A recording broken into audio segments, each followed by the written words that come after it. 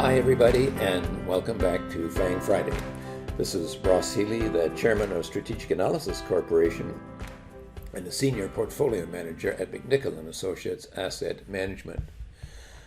First and foremost, as I noted last week, the Standard & Poor's 500 has broken out over its super growth price at 3.5 times adjusted book and may, and I emphasize may, be heading higher and possibly by a good amount.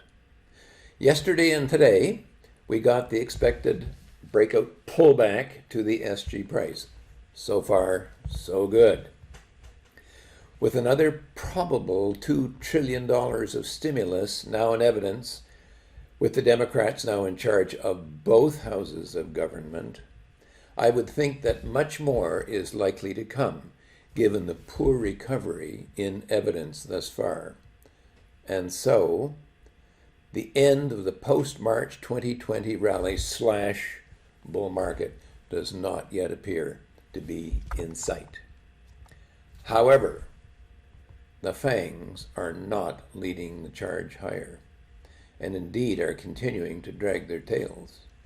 This is not to say that if the market has indeed broken higher, that it will not eventually maybe pull the FANGs with it, but the value stocks have been leading a pretty good charge, and many are cheap enough that they can continue to do so before they themselves become a bit on the expensive side.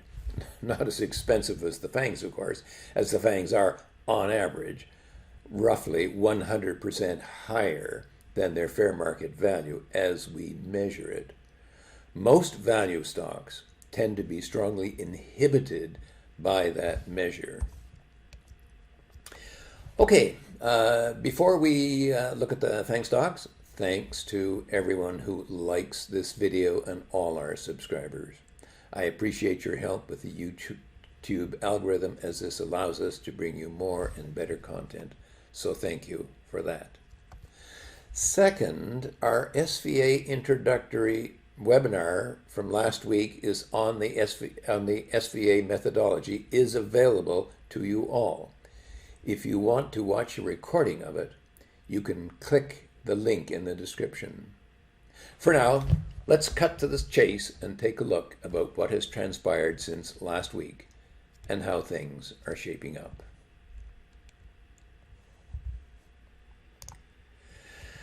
Well, there's nothing much that we can say about Amazon, is there? The stock just continues to drift along just above its HB3. No signal in sight as of yet. It remains, of course, one of the two principal anchors of our hypothetical FANG portfolio. The second stock in that portfolio would be Apple. Again, we're not getting any signal one way or the other. Going back to that spike back in, earlier this year, that was at the HB5, the old HB5, before all of those share buybacks cut in, and our buy signal was down here, okay, at the old HB4. Well, since that time, what's been happening? Look at what's been happening over the last 3 months. The shares have been roughly sort of banging up against their HB5, and so far have evidenced no ability to go any further. However, as my cost of entry was about, I think, 104, I think I would happily stay with the shares for the time being. Alphabet has hit its upside target, the one that we had been looking for some time. Remember some time ago when we had the sell on Facebook at its upside target? We just had to wait patiently for the stock to set back, and I'm willing to do that with Alphabet. I would suspect, by the way, that if history is any guide, and indeed we can take the last 10 years and see what the guide was, you can see that the stock is at an absolute extreme. and it is not particularly supported by its fair market value. That's the dotted line, although it has been moving up recently.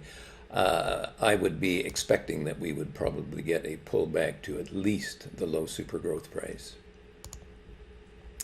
Microsoft continues to bumble along just south of its HB2. I would not own the stock at this present time unless it can break out. NVIDIA was a stock which I actually had in my my phantom portfolio, if you like. But this inability to clamber back over the HB4 has alarmed me somewhat. And as I said last week, I'm going to take it out of my quote-unquote phantom portfolio. Netflix, Netflix, NVIDIA, and Microsoft, they all look the same, don't they? They have been drifting along just south of a major breakpoint with no ability whatsoever to break out. On the other hand, not breaking down either. I am nervous about the fundamentals for Netflix, and as I've said for some time, I would not hold it myself. Finally, Facebook. Well, remember last week I said, look, Facebook is coming right down to its MSG price. That's 5.5 times book value, and I would love to buy it there. Well, stock got there all right, and then it broke right through. Well, we've got a breakdown, and yesterday and today in particular, we've had a sort of a nice pullback to the MSG price, and now we have to wait and see for what is about to happen here. Does history, by the way, tell us anything about this company? Well, look at the last time that this stock hit its bubble price way back in 2018. Before it was ready to advance again, the stock had a 2 breakpoint pullback. So we've had a 1 breakpoint pullback. I was kind of hoping we wouldn't need to get 2, particularly against the background of a strong market. But, we've got a breakdown. We'll now have to wait and see. In summary, in what I call my FANG portfolio, I personally would own 3 stocks. I would still own Amazon, following our buy on the day before the U.S. election, almost at its HB3, which is 16 times book value. As of yet, however, there's been absolutely no follow-through. Apple would be my second holding. The last SVA signal was a buy at the old HB4 price, which you can't see anymore due to share buybacks. However, if I was looking to buy, I have no clear signal, and I would do nothing right now. My third holding is Facebook. However, a ray of unlooked-for pessimism. Last week, Facebook was nearly down to its MSG, and I said, patience had paid off, we can buy it. Regretfully, it failed to hold, and I do not intend to go down with the ship if the ship is going down. We have a 3% 5-day rule with breakdowns, and I would adhere to it, given the poor action of the FANGs in general. Today, the shares are pulling back to their breakdown level. The MSG price are 5.5 times book, so I'm not abandoning ship right now, but I am following it very closely. My third holding was NVIDIA, but as I observed last week, I've taken my money off the table. If it can break back over the HB4 and hold there, I'd take a position, but certainly not till then. The stocks that I would continue not to own besides NVIDIA, Alphabet hit its maximum visible upside target, so this is a time to be patient, as we were with Facebook after it hit its own visible maximum.